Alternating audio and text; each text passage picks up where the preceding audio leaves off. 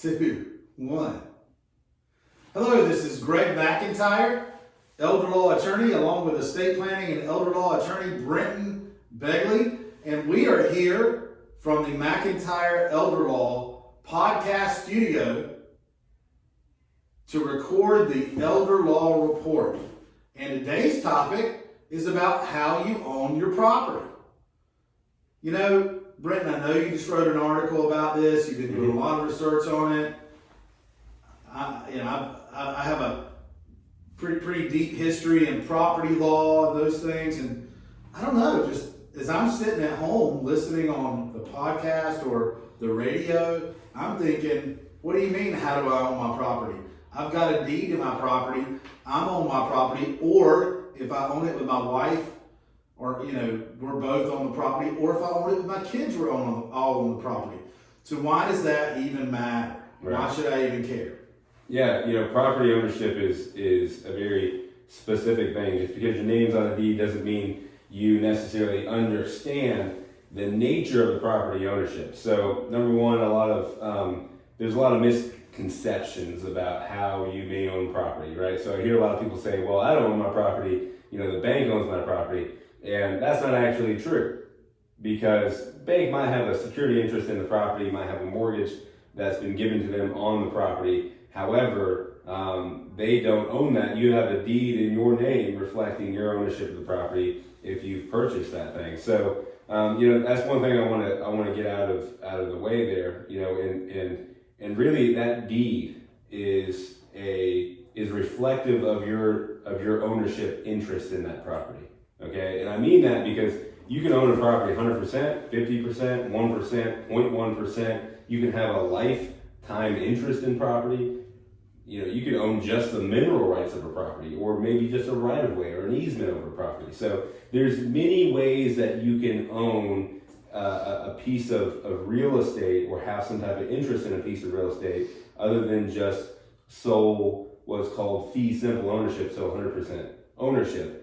And this is a very important thing when it comes to some of the concerns that we have as elder law attorneys, as estate planning attorneys, about avoiding probate, about protecting assets, right? So it's important to know what your interest in the property is before you can know whether or not that property is going to go through probate or it's subject to risk of like Medicaid being able to take it. So let's just say that I own a property outright. Okay. I'm a single guy. Right. But I do have a few kids. Right. Okay? Let's say I'm a widower. Okay? Understood. And I have a few children. The property is just in my name. Is that property going to pass? I think we need to define probate really briefly as well. Right. Is it going to pass through probate, and what the heck is probate? Right. So without setting the deed up in some way, or let's just say it's just in your name, the deed's just in your name. Okay. If you pass away, that property will absolutely have to go through the probate process to get to your heirs. The probate process is the process by which the decedent's assets get out to the heirs. So a question I hear a lot is, I've got a will, I'm not going to go through probate. Yeah. So that's very wrong, right? Okay. And understandable, because if you don't know about the probate process, then you wouldn't know that a will doesn't keep you out of probate. A will is gonna be a document that guides you through the probate process, but probate is a default process. You don't have to go through it if you prearrange how those assets that you own, property, a vehicle, bank account, is supposed to pass. A will does not prearrange how something is supposed to pass. It doesn't take place until after you pass away. So the process by which things are, like my house, yeah, my real estate, process by my which name on the deed, non-prearranged assets, Sure. assets that are not prearranged are passing, right? So, Gotcha. So because you didn't prearrange them, the court has to figure out, okay, how'd you own it? Right. How much of it did you own? Do you own anything on it? Do you own any other creditors that you could use, like a piece of property to pay them off? So if my house goes through my will, what you're saying is, creditors, if I owe any money, Mm-hmm. what if I've had nursing home care for a couple of years, Right. a few years, let's say Medicaid paid they'll let you keep your house even if you're on Medicaid to pay for nursing home care, right? Right. During your life. But then if it has to pass through the probate process, doesn't that mean I have a lien hanging out there that I owe Medicaid? Oh yeah. I mean, the house could get gone really quick because Medicaid's going to want any money they paid out back. The nursing home is going to want the money that they're owed from, whatever they paid out. And the way that they're going to get it is to go after any asset, including property, that's passing through that probate process. And that's their only opportunity, really, to get that for that single male that you're describing. That's really their only Or opportunity. single female, right? Yeah. Just single person. Yeah, single person.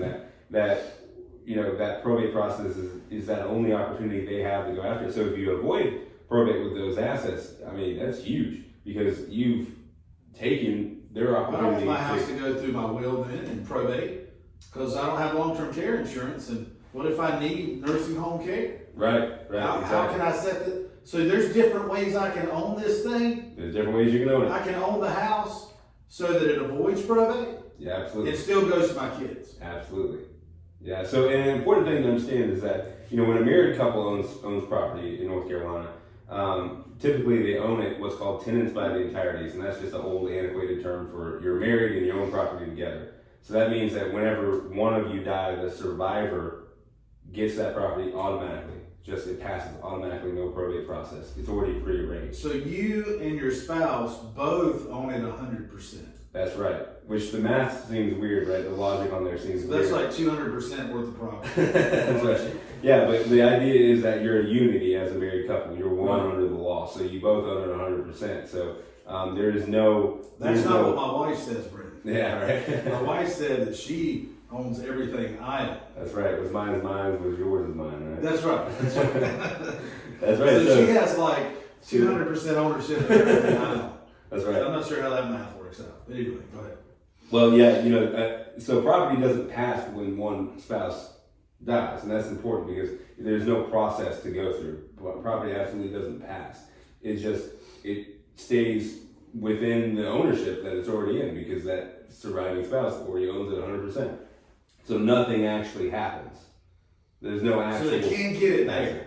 They can't get it there. When it passes to my spouse. They can't get it there. Because it automatic. So do I have to go to the courthouse or do anything to make that happen? You don't have to do anything. It's just automatic. That's right. You don't have to change the deed in any way. It's automatic. And what's important to know is that property that you buy or that is conveyed to you with your spouse's name on it is held as tenants by the entireties. If you own property in the marriage, before the marriage, and you enter into the marriage and you don't put your spouse's name on that property, then it's not owned tenants by the entireties, and it could be subject to probate, depending on whether or not you set anything else up.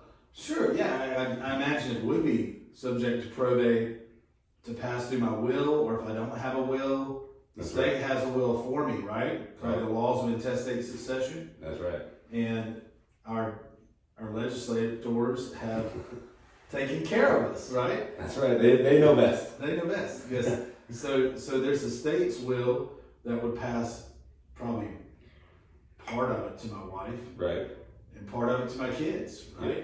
I don't know if that's the way. I might want all of it to go to my wife, so I want to have a will there or another mechanism. Again, I'm getting confused because I don't want my property, my house or real estate to be taken because of some long-term care incident that's not my fault. So in that respect, okay, you have spouses together who own property, it avoids probate then. So rest assured that you have that protection. But the idea,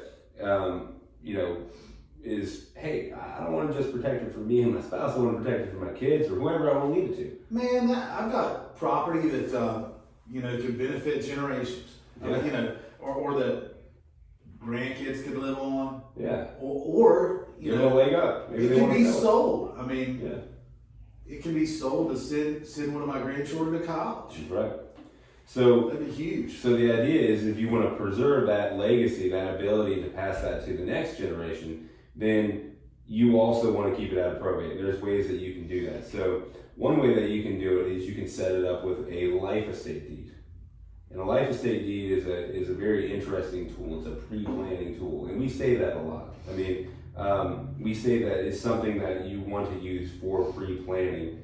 In fact, the first time I ever heard Pre-planning that for what? was from you. Well, I was going to ask you that question. So Okay. the first time I ever heard that was from you. So what do you mean about pre-planning, and why is a life estate deed a good thing for pre-planning, but maybe something that you might not want to use, for a main residence In a pinch. or in a pinch? Right. Well, yeah, so good question.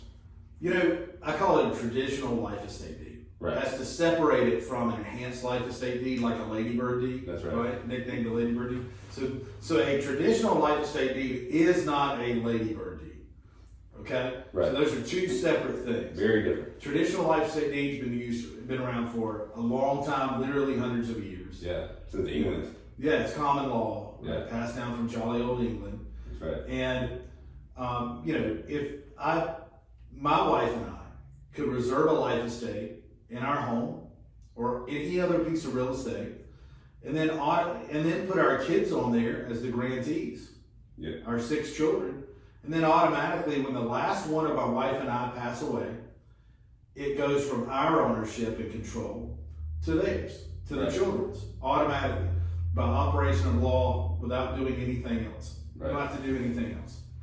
So that's an automatic thing. It does not go through probate.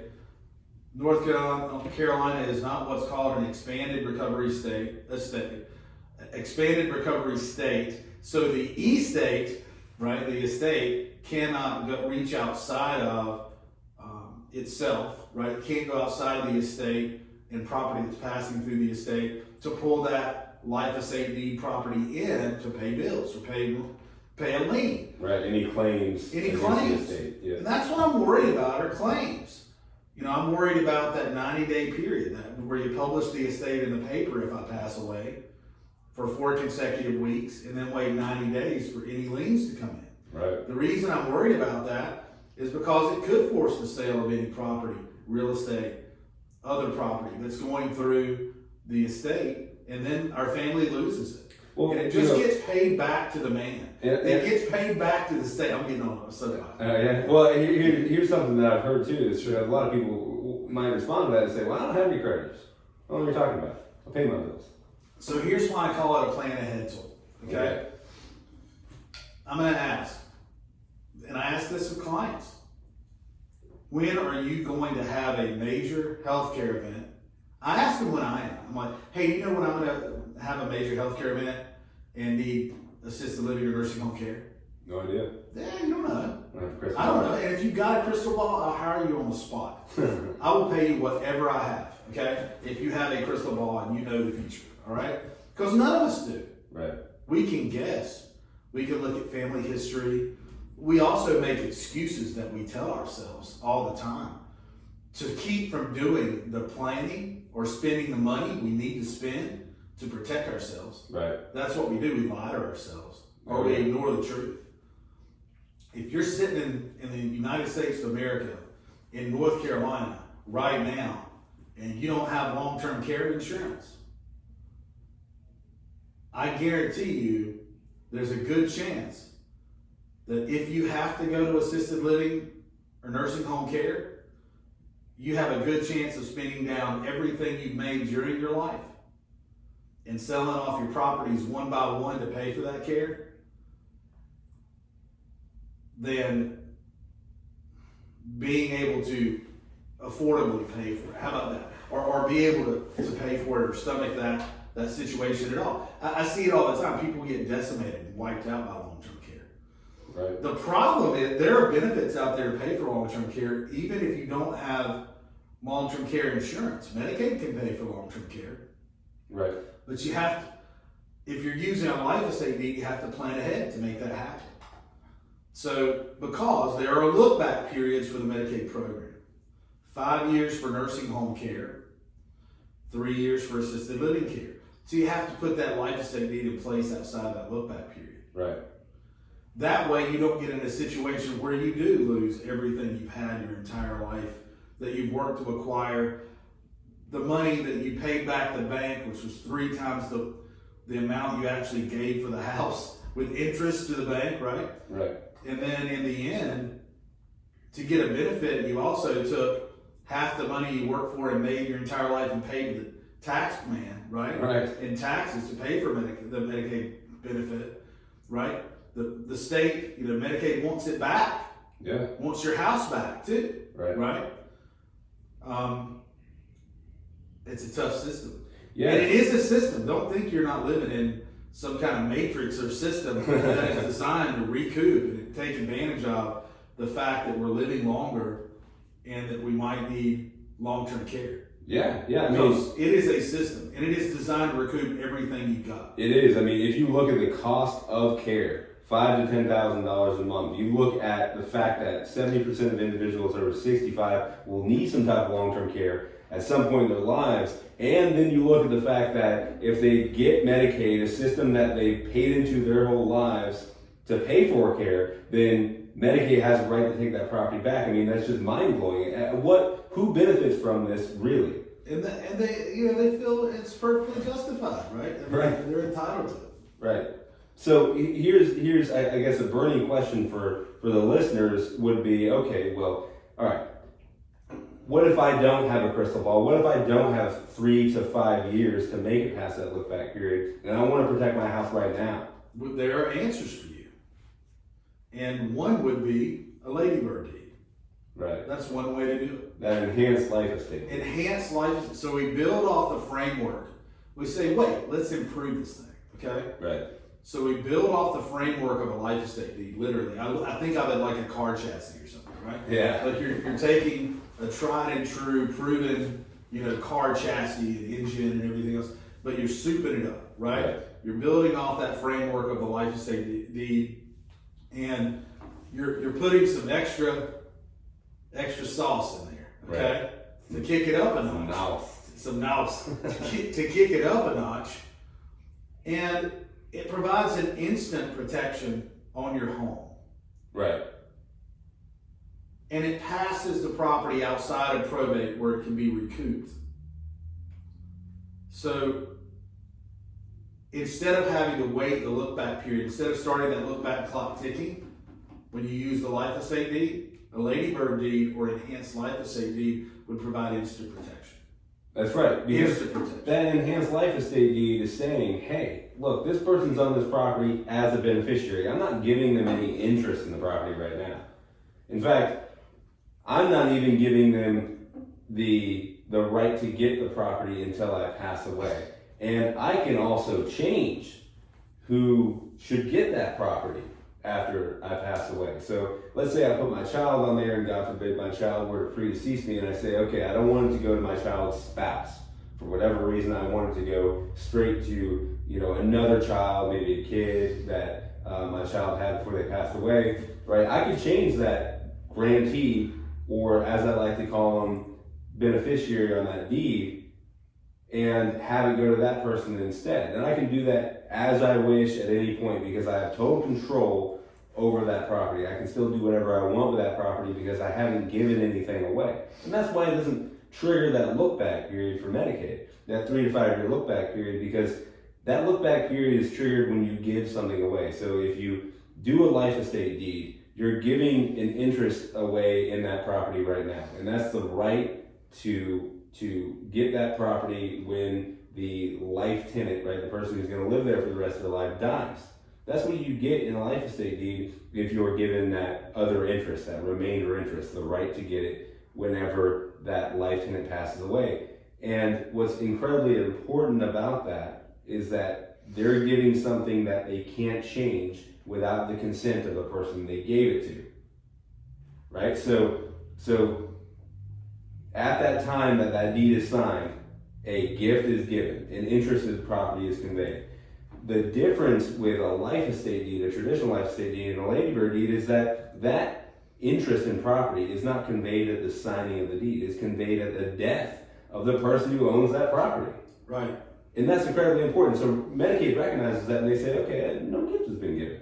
So you didn't trigger a look back period. So you kept it's your not home. accountable asset transfer under those Medicaid. That's right. You've kept Under your that home. look back period. You've kept your home because you can keep it under Medicaid. Yeah. Right? You've successfully avoided probate between you and your spouse and whoever you want to leave it to, a third party, right? Be that a kid, grandkid, or someone off the street. Who cares?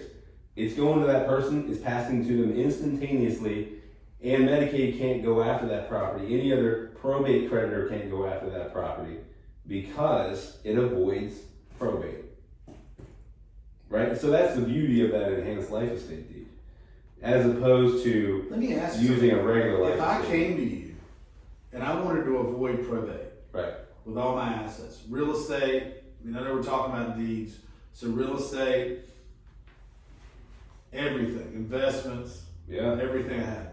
Could you help me avoid probate and make it easy on my kids, spouse and kids, Yeah. my wife and kids? Could you make it where,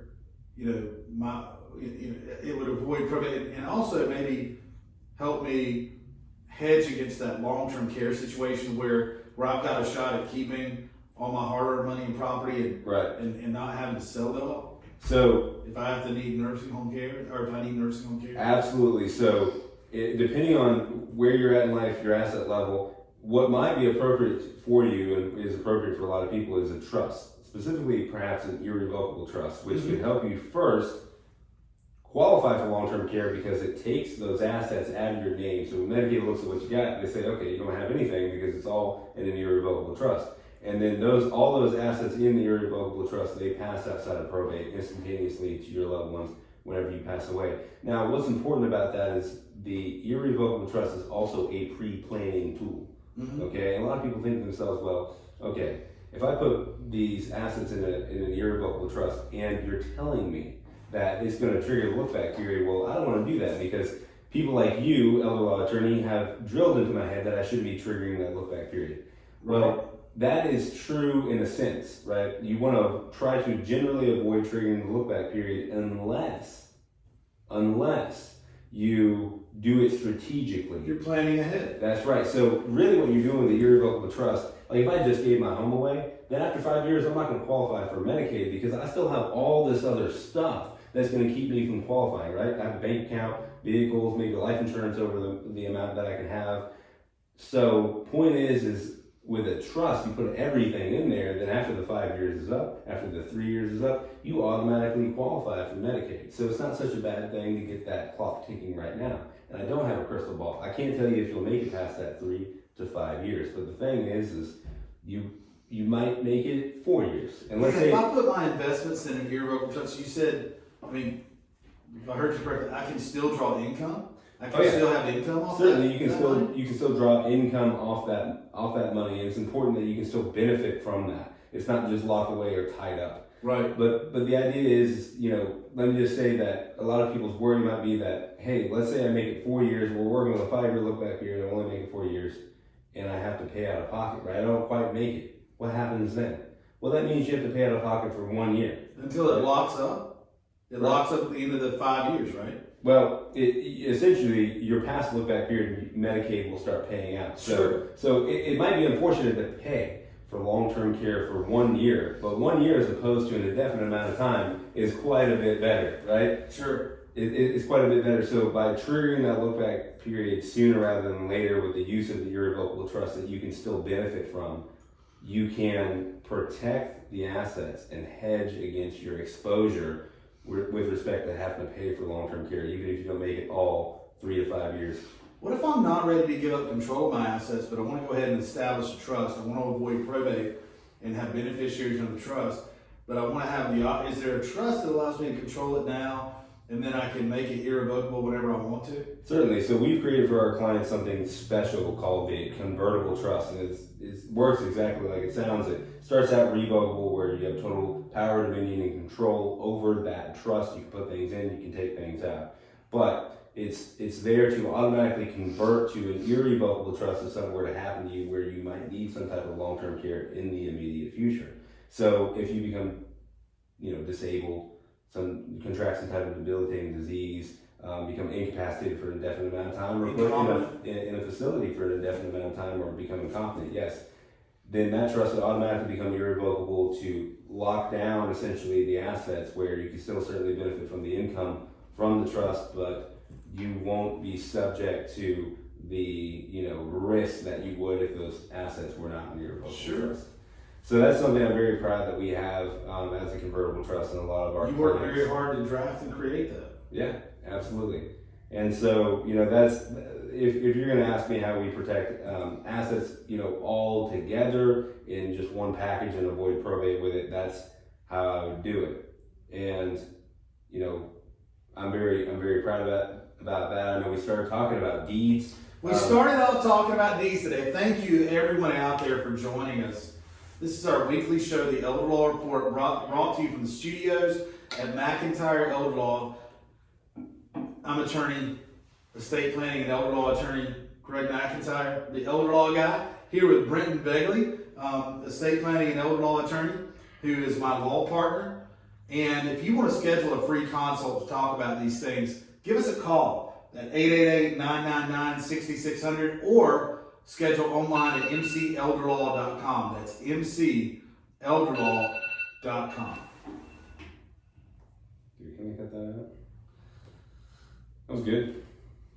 I started That was talking good. really fast, but I wanted to get all that in. I think you did a great job. Thanks, man. So stop. I think the talking